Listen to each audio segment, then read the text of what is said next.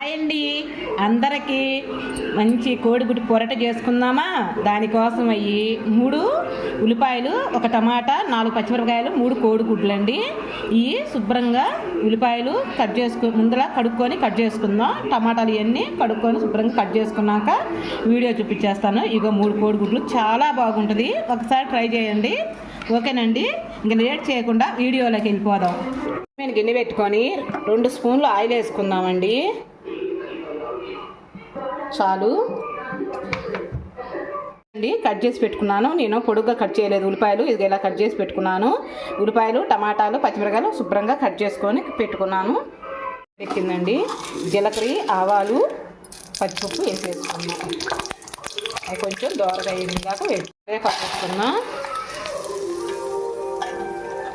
చూద్దాం, వేగినాయి. ఓకే, మనం ఉల్లిపాయ ముక్కలు ఇవన్నీ కట్ చేసుకున్నాం కదా, అవి కూడా వేసేద్దాం.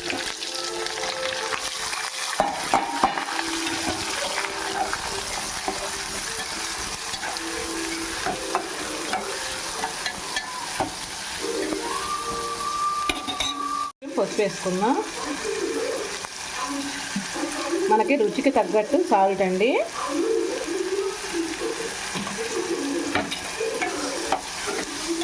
మంచిగా ఫ్రై చేసుకుందాం.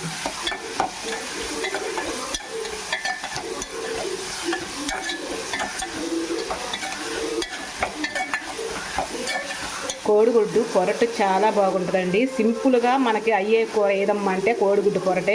2 ఉల్లిపాయలు కోసుకొని 2 కోడిగుడ్లు వేసుకుంటే ఈజీగా అయిపోతుంది. బ్యాచిలర్ అంటే రూమ్లో పాపం కాలేజీలో ఉంటారు చూడు, హాస్టల్లో, వాళ్ళకైనా చాలా ఈజీగా అయిపోతుంది. ఒకసారి ఇలా ట్రై చేయండి. బాగా కొంచెం ఉల్లిపాయ మగ్గితే చాలండి, మరీ ఎర్రగా గోల్డ్ కలర్ అవసరం లేదు. ఆ టమాటా స్కిన్ ఊడిపోతే చాలు. వేసుకున్నాం.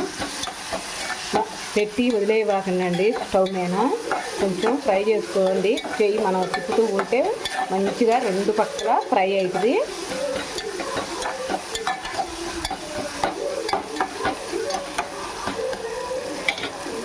అండి, మనకి ఉల్లిపాయ ముక్కలు మగ్గిపోయినాయి. ఇంకెంత మాత్రం మగ్గితే చాలు, మరీ ఎక్కువ మగ్గాల్సిన అవసరం లేదండి దీనికి. దాంట్లోకి మనం కోడిగుడ్డు పగలగొట్టేసుకుందాం. ఊరకి ఎలా అంటే వచ్చేస్తాయి అద్దులో, అలానే 3 గుడ్లు వేసేసి కొంచెం వేయగానే తిప్పవాకండి, కొంచెం మగ్గనిస్తే మనకి బాగా వస్తాయి.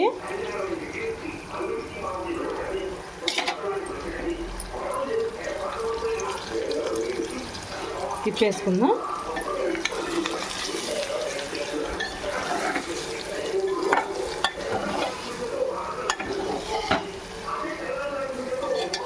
కొంచెం ఏడ్ చేద్దాం, ఎందుకంటే మళ్ళీ ఎమ్మటి తిప్పితే మరి చిన్న పొలుకుల్లాగా ఉంటుందండి, బాగోదు.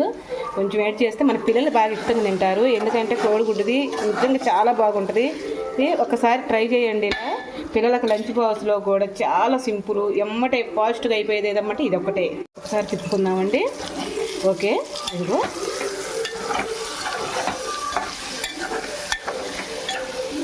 చూసారా ఎంత చక్కగా వస్తుందో.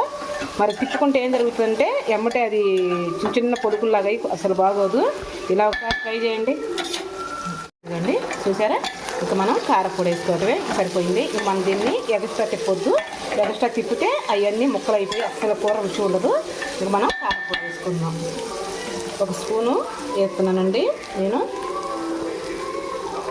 చాలు. అటు ఇటు తిప్పి 1 నిమిషం అలా ఉంచుకొని తీసేద్దాము. గ్యాస్ ఆపేద్దాం. 1 నిమిషం చాలు.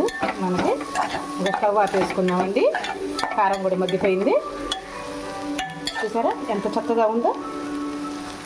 ఓకేనండి, వీడియో నచ్చితే ఒక లైక్ చేసి ఒక కామెంట్ చేయరా. రేపు మంచి వీడియోతో మీ ముందరకు వచ్చేస్తా. అందరికి బాయ్ అండి.